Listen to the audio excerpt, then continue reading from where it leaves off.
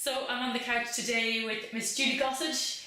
She is an international vocal coach, West End performer. You've done so many roles. You've done loads of opera house performances. Huge background in musical theatre and opera and classical singing and the whole shebang. We recently had you over for a workshop, and it was amazing. Good fun. Yeah. So we always talk about our coaches with different things, and I'd love to talk to you about, firstly,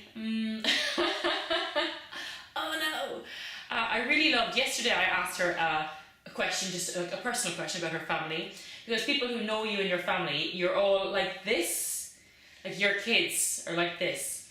Yeah. And you said it's about being really honest with them. And I think that's lovely. It's really lovely. If you do meet this family, we call them the Waltons or the Brady Bunch sometimes. First time heard it. For Josh. Because you do get on so well and you can clearly see your relationship. Yeah.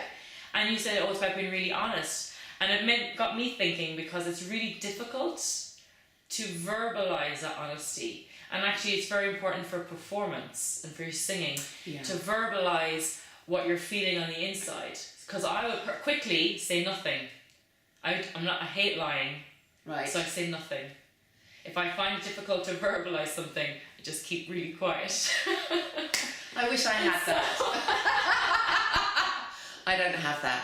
I tend to just go blah. That's really good though, because it's like, this is X, Y, and Z, and then it's done. Do you know? Yeah. And I think for singing, because a lot of people do singing, it's not about singing, it's about that emotional connection and the vocal journey. And like, what advice can you give us for singers looking to voice what they're feeling on the inside? It's quite a difficult question, but it's what I've been looking for. When you said it yesterday, I was like, there we go.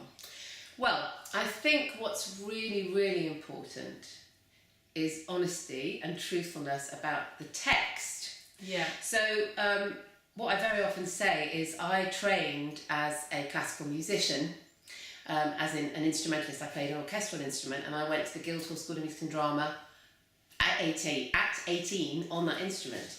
And then I changed my mind, because I was obviously wanting to stand at the front of the orchestra singing and not sit at the back playing the bassoon. But I wonder. That's a different story altogether. But when I really understood what being a singer was about, I realised that the measure between me being a musician and as a singer, the balance shifted a little bit. I really feel that you're more of an actor. And that might be a bit scary for some people, but an actor is just a communicator. It's just somebody who communicates their emotion to you as a gift, and that sounds a bit. Yeah. But it's true. That's what we do, and that's people who want to give and communicate tend to do that sort of thing. And I think I work with lots and lots of different kinds of people, from people who are doing 8 shows a week in a starring role in the West End, to people who have no confidence, have possibly never sung a note in their life, but there's something in them that makes them want, even though they're probably scared to death, there's something in them, isn't there? And you must experience this. So when I first started singing lessons, I used to have to leave my house very early, because I'd have to stop off at the bathroom on the way to my singing lesson. Yeah. Every time I was and I used to stand at the door shaking like a leaf and near fainting, and I was told, maybe you shouldn't do singing lessons anymore. And I'm like, no, there's a reason that I'm drawn to it. And we have so many students that don't want a career, don't want any sort of, even performance. They just want to learn how to sing for their own personal reasons. Yeah. And I think it's about something that is in there that they need to get out. And just briefly going off on a tangent, I know that a lot of people that I've worked with over the years who have not wanted to be singers have just come along, and maybe they've come to one of our workshops for fun singing for adults, and then they get a little bit hooked. They think, I really enjoyed that. But what the feedback has been always from these people, and it's interesting how often it comes back, is that how much more confident they are in every other walk of their life. Exactly. If I can stand up and sing, even if it's not a solo, and we try and encourage people just to take the next step and the next step, if I can do that, then I can do this. Yeah. And I think it's got a lot that yeah, is very powerful as well. It's it very does. powerful. It's the transferable skills. Yeah, definitely.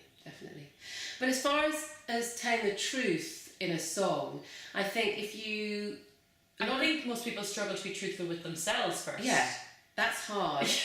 But there are people actually who can be truthful through a song who can't be truthful as themselves. Yeah. Because they tend to think of themselves as somebody else. They go into a different character. Is that because musical theatre you're generally playing a character, Yeah, whereas definitely. for contemporary you're trying to be authentic? Definitely. But I think a lot of the time when we do our workshops, we talk a lot about sing the word, not just the note. Yeah. And I think what that really means, it's a very basic and easy to understand thing, because we talk all the time, and all you're doing is just speaking at pitch, but we get so fixated by the sound of our own voice. This singing thing, Yeah, it is quite scary, because a lot of people talk about how beautiful somebody's voice is, but in reality, the people that we really enjoy listening to, as a general rule, are people who are truthful. Yeah. Have all that raw emotion. Yeah, I mean, somebody like Miss Beyonce Knowles, who is a phenomenal talent, but basically she's just truthful. She's worked really hard, we happen to know, on her voice as well. It's not just a sort of God-given thing. You have to work hard. I want people to know how hard I work. Yeah. So when I go on stage, I give it everything. That's what she said, But she's very naturally talented, but she's also really truthful. And that she's not a person that, I mean, obviously there are a few of her songs that... I still think... Just trying to think of the real pop ones, like... No, it's true. And you know, Frank Sinatra, I'm a huge fan of Frank Sinatra. And some people might say that it's not the most beautiful voice in the world, and I would disagree. I think it's amazing, because he totally incredible. Connects to the text, and that comes out in the sound that he makes. My nephew, actually, as a child, he's 6 now, but as a 2-year-old, you'd flip through the radio and he'd be like, no, next one. And as soon as something like Frank Sinatra or Michael Bublé came on, that one, leave it there. Yeah. And he already loved that style of music and that vocal quality. So it was obviously something that he related to as a child. Yeah. In that, the honesty, I suppose, of his vocal as well. And I think it doesn't matter what style you're singing, you know, if you really like, I don't know, folk music, or if you really like hip hop or Motown, or it doesn't matter. The best artists are truthful to the text, to the music, and to themselves. So is there any moment for you, or you're probably always like that, very honest, truthful, is there any point that you feel like, because there's points for me that I definitely changed my perspective on things. I think age has a lot to do with it, to be fair. I've always been quite bolshy, I think. And I mean that in I've always had a real sense of myself. Perhaps that's because I'm an only child. I don't know whether that comes along with that. Never got lost in a huge family. But I think people might disagree if they know me, but I would describe myself as, I'm not laid back. I like things to be a certain way, but I am easygoing. Yeah. So I'll rub along with people, but if they cross me, they do it maybe once, and then the second time, that's the end of our relationship. So did they say, fool me once, shame on you, fool me twice, shame on me? Yeah. I've never heard that, but absolutely. And I just think if you know yourself well enough, then you know what's going to make you feel happy and what's going to make you feel really not great. And life is far too short. It's a cliche to have any of that in your life if you can get rid of it. So for the likes of me, it's definitely how I started off, that there was something in me that wanted to do singing, but I was terrified of that process. Right. What would you recommend for people? Because there's definitely plenty of those. Yeah. Take that step. The first step is the first thing, because fear of the unknown, and you know, it's I suppose if somebody asked me to, I don't know, draw something, I'd be a little bit scared. Abstract. But I think once you put your toe in the water, you start to recognise that, okay, it's okay, I'm not going to die today, this is fine, I might feel uncomfortable. And then the more you do that, the more you start to acclimatise yourself to that. And then take the next step. And for some people it takes longer than others, but you have to learn to know yourself and just be patient with yourself. Treat yourself like you would treat any other person. You understand what I mean by that? Yes, but it's very difficult because I think people are very able to, that inner critic give out about themselves all the time. But actually, you'd never speak to somebody else like that. We're all guilty of it. Yeah, absolutely. All of us. Yeah. I'm terribly guilty of it in lots of ways. But I'm much better now at saying, don't be ridiculous. Stop beating yourself up. Julie! Yeah, but it is an interesting question, and people talk about our family, and I think it's very noticeable, to be honest. It is your family. I think that we have to give some credit, myself and my husband Richard. We have to give credit to our parents as well. Yeah. Because I don't feel like I've had to bring my children up in a totally different way to the way I was brought up. But we're definitely more open, whether that's generational or whether we're just slightly arty. Slightly arty.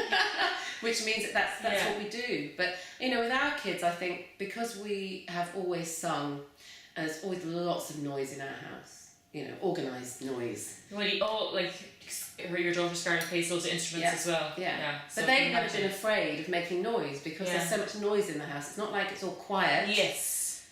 They have to almost fight for a space to make noise, and so it's normal to them. And it is, it's important for growth, isn't it? Very much so. You notice when you're working with other children how much quieter they are. And we've actually been, Jonah, our son, I don't think he'll mind me saying, we've actually been in one situation where we were in a restaurant and he was talking and somebody at the next table complained and asked him to be a bit quieter. He was only talking. It's got a really loud voice. But you just have to be who you are. Yeah. And it is more difficult, I think, if you're an inhibited type of person. So the other thing I was going to ask you about, and it kind of came up a bit yesterday when we were just chatting, is mindset and cultural mindset and your surrounding mindset. Because you coming here will definitely notice, as soon as you landed in Knock Airport, you're like, where? I'm feeling the Irishness now. It's a field. With its own climate, everyone knows exactly what I'm talking about. So you put on your overcoat to go to the airport, but you notice the difference in the mentality and the way of life, big definitely. time. And in a teaching scenario, that's a big difference as well. Well, I think it is. I think it's a job for us teachers to also, when we travel abroad to work, or even not just abroad. We live in the southeast of England, and we've been up to Leeds and Manchester, various other places in the north, and there's a palpable difference there as well. Yeah. So you have to acclimatise yourself to each place. But I think that also our job as professional vocal coaches is cancers. Life coaches, is to try and educate. That sounds a bit poncy, but to let people know this is actually how it is. Where you are is just that little bubble. Yeah. And especially if people are really interested in breaking into the mainstream. Yeah. If you're a big fish in a fairly small pond, and for most of us, same for me, from a little town in Leicestershire, I was quite a big fish in a fairly small pond. Is that you then move out to the sea and you're in needle in the haystack. So it's about, for us, it's about making sure that people are not deluded and think that this is as much as they need to do. It's about saying, this is great, what you're doing is great. You need to do this, and this is what's expected. And I suppose that's the idea of it being called a vocal journey. Yeah. Because it is a journey, it's not a pit stop where you stay. No, well, unless that's where you want it to be. And even if it is, as in career-wise where it is, I think you still grow and learn and you evolve in the same place. Yeah. Jump off, don't... really, it's and a bumpy ride. But I think that's... What we notice is that in different places, there's a different mindset of what constitutes having prepared things. That's interesting. We can have people that we work with who are so ultra overly prepared that they're so cerebral about everything. And we're having to get rid of all of that. And then there are other people who are relaxed on the one hand, which is great, and we always encourage that, because if you can be relaxed as possible, then you can start to work and focus. If you're like bunny in the headlights, then that's more difficult. I think it comes, a lot of Irish children or adults will relate to when they were younger as children. We were taught to be quiet a lot. Whereas if you're encouraged to voice, you're more liable to voice. If you're encouraged to shh, then you're more likely to keep all that stuff inside. And I think that's why singing is such a big deal here, and for the mentality and also for the mental health of people here as well. Oh, it's great. I think it gives you an excuse to make noise, doesn't it? But there's that permission to make noise, which is very much sought after by a lot of the students that we would have. That makes sense. It's a constant. You need permission to fail, permission to voice, permission to be honest about what you're feeling, and not. But it can be a bit scary. Yeah. But I mean, I think that truthfulness to yourself is, again, sounds a bit, but just understand and just take stock of all of your foibles and realize, this is what I tend to do at this given time. This is normal for me, and that's the way I am. And try and help yourself to, as far as singing is concerned and performing, to recognise that and deal with it. Not berate yourself. So for someone's singing on the vocal journey, and recognising that maybe the mindset here might be a bit more laid back than London, because it's very competitive in London. So what might they do to maybe take the next step, if that makes sense? Well, one of the things we talk about when we do workshops is not location, but preparation. Because, because if you can control the controllables, it's one of the phrases we use. If you can make sure that you have learned all the notes to the best of your ability, that you know the words, that you know what order the song comes in. If you've got an intro and then a verse and a chorus and a second verse and a chorus and a middle eight or a bridge, if you understand. If you're open and ready to learn. Yeah. But if you've got that, if you've got the general feeling of, I know as much as I can know about what I'm about to do, then you can work from there. But if on top of the anxiety of singing in front of somebody else, in front of two people who you've never met before, who are going to judge you, well, obviously that's not what we feel we're doing, but that's what it feels like, is that if you can make sure that you've done everything else and you're prepped, then that's a real platform for you, and it gives you a sense of something to hold on to for yourself. Yeah.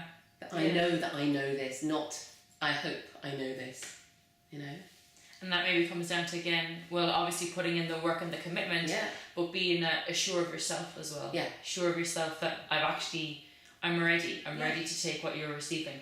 And actually we've done a few on the couch sessions at this stage, and it's funny what you all say, and you all come back to points about your voice being this gift.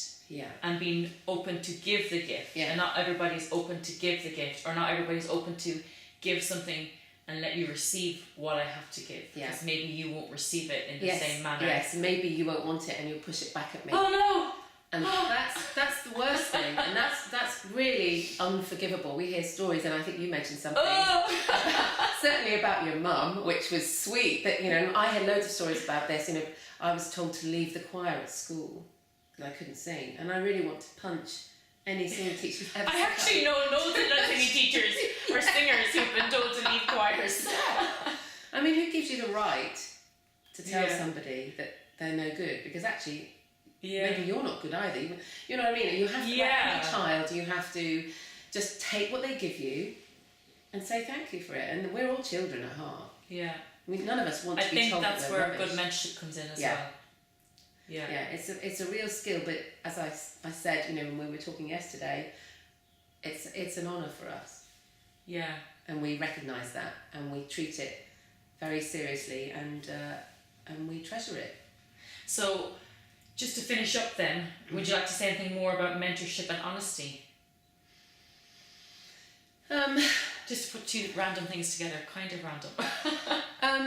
Because you really have to trust your mentor, I think. Yeah. You really have to trust, and trusting someone with this gift to nurture it and grow it. Yeah. It's a big deal. It depends on whether you're talking about from a mentor's position. If you're asking me if I would advise a mentor, or if you're asking me how I would advise somebody to work with a mentor. So there are two very different roles, but you work as a team.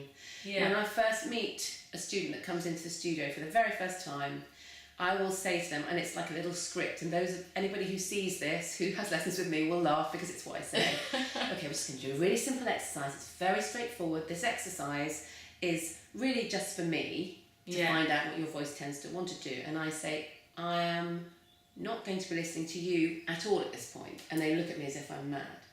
I say, I'm just listening to your voice. Because you and I both know that there are some times when we have one idea about what we want our voice to do, and it has a very different idea.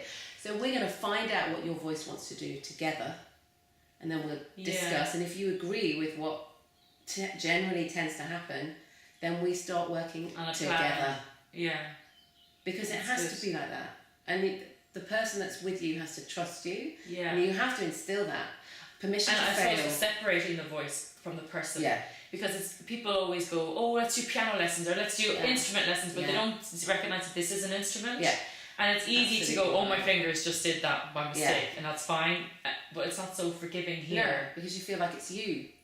And you are, on some levels, you are inseparable from your voice, but on another level, understanding that having the skill and the coordination to make your muscles behave in a very specific way at a given time is tricky. Yeah. And even if somebody's naturally gifted as a singer, there are certain places in the voice where it just doesn't want to do it. So you have to work hard. Yeah. There's no bones about it. If you want it right, then you have to practice in those places. You know, if you want to get better at your golf, if you want a better handicap, then you get out there and you practice. So that, I think, is really important, to recognise that you have to look at your instrument as a separate thing and think, oh, that's not working because the coordination's not quite right. And whenever our voice is not working properly, it's because we've given it the wrong instruction. Yeah, or we're very emotionally attached to it and don't let it do what it needs to do. I know. I remember one of the early things Josh said to me was, your voice is like, the piano is an instrument and it's capable of so much, and often it's our mindset that stops us doing it. Sometimes it's physiologically and placement and technique, but a lot of the time it's the mindset. Yeah. And what you recognise with what you hear. A lot of people, as I said with Richard when we did it on the couch, was people don't recognise their own voice as well. So it's getting to actually know your voice. Yeah, and for me, what's really important is the feel of singing. Yeah. Because people say, oh, it doesn't sound right. And I say, well, what do you mean it doesn't sound right? Well, it sounds rubbish. Well, how do you know what it sounds like? You're in it. Yeah. Not only is it inside your head, but you can feel it, whereas outside, we know what it sounds like. Mm-hmm. So it's getting used to the feeling rather than listening to yourself all the time and trusting that feeling is right and just enjoying it. And actually, that's the other thing, one of the early things that Josh taught us as well was, and I found it very different from my early training, was like, what's the feeling, and recognising the feeling, because it's easier to produce a feeling than a sound sometimes. Yes. Because, as you said, you're in the sound, like it's inside you, so you don't necessarily hear what you hear. No, absolutely. Whereas the feeling I can feel, so I can reproduce the feeling. And recognise it. And the hardest thing for a lot of the singers that we work with in London have done a lot of training, and some of it not always helpful. And the hardest thing is they tend to work really, really hard, and they drive the sound. And one of the hardest things for them is to trust that this sound that they're making is enough. And most of the time that's what we're doing, is getting them to do less. Yeah, yeah. But, you know, it's horses for courses, you know. When we were doing the workshop here, there were quite a few, especially of the younger students, who we had to get them to do more because they felt inhibited. And so in a way it felt to them like they were shouting a little bit.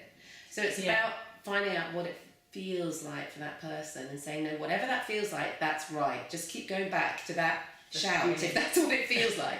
Controlled yelling, we like to call it. That was very good. Is there anything you'd like to finish up on? I'd just like to say thanks for having us. Thanks for coming. Hopefully we'll see you again soon. Yeah, it was really, really good. I think that honesty and connecting to the song and this part of your voice is very important for a lot of people, so it's nice to get an insight into it as well. Great. Thanks so much, Julie. You're welcome. Thank you.